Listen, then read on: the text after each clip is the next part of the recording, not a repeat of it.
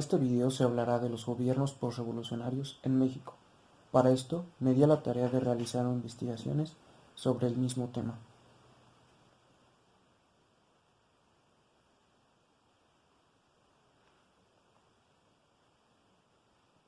Los gobiernos posrevolucionarios en México fueron aquellos que se crearon tras acabar la Revolución Mexicana.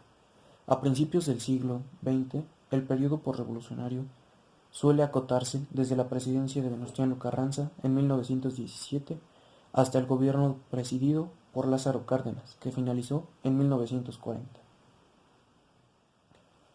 La revolución se inició en 1910 y concluyó con el acceso al poder de uno de sus líderes, Carranza. Los motivos del estallido de esta revolución fue el porfiriato, o más bien se encuentran en él.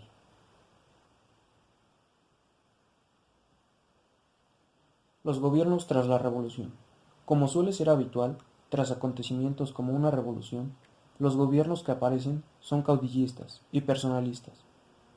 La creación de las instituciones es normalmente lenta y los líderes vencedores suelen acceder al poder.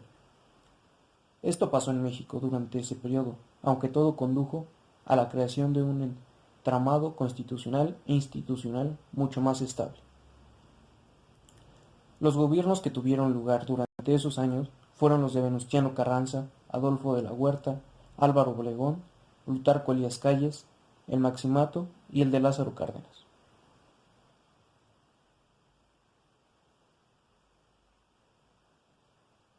Gobierno de Venustiano Carranza. Carranza había sido uno de los líderes de las tropas revolucionarias y fue el que alcanzó el poder cuando la situación se estableció. Entre sus logros se encuentra la nueva Constitución del país, promulgada en 1917. En ella se regulan las relaciones laborales, se establece una reforma agraria y otra educativa, muy avanzadas para la época. Sin embargo, durante su mandato siguieron produciéndose enfrentamientos entre las diferentes facciones revolucionarias.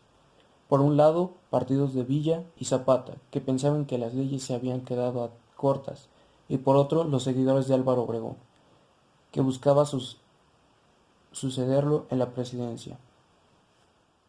Finalmente, Carranza es asesinado en 1920 por las tropas de Rodolfo Herrero.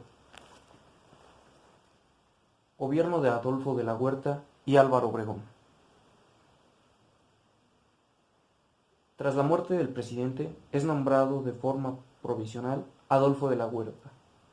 Se trató de un gobernante de transición, que era favorable a que Álvaro Obregón llegara al poder. Este consiguió ganar las elecciones y es elegido presidente del país. Obregón era partidario de un Estado fuerte y efectúa una reorganización del ejército. Igualmente, procede a repartir tierras entre campesinos e indígenas, buscando la reconciliación nacional. En el exterior, trató de reconducir las relaciones con los Estados Unidos, deterioradas por las regulaciones proteccionistas en la industria del petróleo. En 1923 tuvo que hacer frente a una pequeña rebelión capitaneada por Huerta, que pretendía volver a la presidencia sin éxito. Gobierno de Elías Calles. Plutarco Elías Calles se convirtió en el perfecto ejemplo de presidente caudillista, no solo durante su mandato de 4 años, sino por la influencia que ejerció durante el llamado Maximato posterior. Durante su presidencia fundó el Banco de México, así como la primera línea aérea. Igualmente decretó que se construyeran varias presas y escuelas rurales. Tuvo que lidiar con la llamada Guerra Cristera, en la que se enfrentó a los partidarios de la Iglesia Católica. La Constitución obligaba a esta a pagar una cuota, lo que hizo que estallara un conflicto que no cesó hasta 1929. En las elecciones del 28 es elegido de nuevo Álvaro Obregón. Sin embargo, es asesinado antes de tomar posesión. Es entonces cuando Calles funda el Partido Nacional Revolucionario, un antecedente del PRI. El Maximato. Durante este periodo se sucedieron 3 presidentes distintos, todos pertenecientes al nuevo partido y manejados por Elías Calles. Su política fue una continuación de la de este, que fue conocido como Jefe Máximo. de la revolución. En este periodo, como ya lo dije, gobernaron 3 personas, que fue Emilio Portes Gil, que gobernó como presidente interino tras el asesinato de Álvaro Obregón. Más tarde sería Pascual Ortiz Rubio, que fue presidente tras las elecciones convocadas por Portes Gil. Y como último tenemos a Abelardo Rodríguez, quien fue presidente sustituto tras la renuncia de Ortiz Rubio. Este periodo comenzó en 1928 y terminó en 1934. El siguiente gobierno es el de Lázaro Cárdenas, de 1934 a 1940. Cárdenas es elegido por Calles para ser el siguiente presidente, pero una vez ganadas las elecciones no resulta tan manejable como los anteriores. Consiguió el apoyo de casi todos los sectores sociales, desde los caciques a los campesinos.